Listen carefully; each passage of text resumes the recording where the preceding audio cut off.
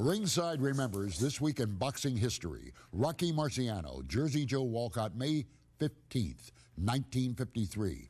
Nearly 8 months earlier, Rocky had lifted the heavyweight championship off the wrinkled brow of Jersey Joe in one of the greatest heavyweight title fights ever. Right from the opening bell, Walcott took the fight to the undefeated challenger, flooring The Rock midway through the first round and backing up his pre-fight boast. "If I can't beat this bum, take my name off the record books." Walcott dominated the early rounds, landing bullseye left hooks. But by round 6, Rocky started blazing away with rights and lefts. However, during one of their exchanges, the pair collided heads, with Marciano suffering a deep head gash and Walcott a cut eyelid. Somehow the solution used to slow the flow of Walcott's blood got into Marciano's eyes, and by the end of round 7, he came back to his corner hollering, "I can't see, I can't see." For 3 more rounds, the ageless Walcott made the most of his half-blinded opponent, and by the end of the 12th, was comfortably ahead. And then, in round 13, Marciano landed perhaps the most famous punch in boxing history, KOing Jersey Joe with a sledgehammer right. I don't think Walcott can get up.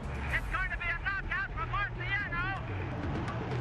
Their rematch was held in Chicago Stadium, and late in the first round, Rocky threw a left and a short right, 2 punches reminiscent of his devastating combination in the 13th round of their first fight. And Walcott went down, less from the force of Rocky's 2 punches than from the force of the blow that had landed 7 months earlier. The referee says Rocky Marciano by a knockout in round 1. This would be it for Walcott, retiring after a 22-year career. Rocky would go on to defend his title 5 more times, retiring undefeated in 1956 with a record of 49 wins and no defeats, 43 KOs, one of boxing's Everests. For Ringside Remembers, this is Bert Sugar. Thanks, Bert. And fittingly, we are just a few miles away from Rocky's final resting place. The Forest Lawn Cemetery is here in Fort Lauderdale. Rocky and Barbara Marciano's stone marker stands there. It has attracted many who want to honor the champ. It's now been 37 years since the undefeated heavyweight champion lost his life in a plane crash. I bring in Teddy Atlas to discuss Rocky Marciano. Teddy, obviously Susie Q was something special, the big right hand. In a strange way, and I don't know if I've ever put this theory out there to you before, but has he become underrated because the critics have been so divided on him? He was maybe overrated, but now the critics have chimed in so strongly about his career and the opponents and the limited title defenses. Has he become underrated in a strange way, Rocky Marciano? I mean, he was undefeated. Well, I was just going to say, when you're the only man in this great sport that's been around way over 100 years, to retire as an undefeated heavyweight champ of the world, it's hard to use the word underrated. Some people don't appreciate his abilities and his skills enough. They know him for a guy who threw punches in the swimming pool, for a guy who ran 10 miles in combat boots, for a guy that never tired, for the Susie Q, as you just said.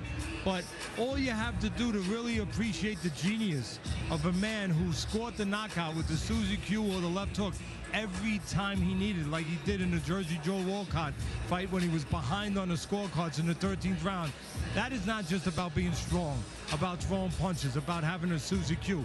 That's about having a certain genius, a certain science that you've gotten down pat. Just look at the tape of that fight and of that punch. He starts his left hand just to distract Walcott, just to move his eyes a little bit, and then bang, the right hand. That is why Marciano should never be considered underrated. He was a genius in his own right. Well, we know he gets credit on this unique list of Teddy's all-time greats. Teddy's all-time greatest Italian fighters. Willie Pep. I mean, 300 fights, a couple losses. You have to be number 1, I would believe. Rocky Marciano, as we just said. Great list there. Tony Canzoneri, not because I put the list there, but because God put those people on the earth and because somebody taught them how to fight. Lou Ambers, Johnny Dundee, Jake LaMotta, very underrated. That's an underrated guy. Carmen Basilio, one of the toughest men ever. Giardello, Corbett, and Nino Benvenuti. I wouldn't mind having a piece of that stable. No, it's a very nice group there. Speaking of underrated,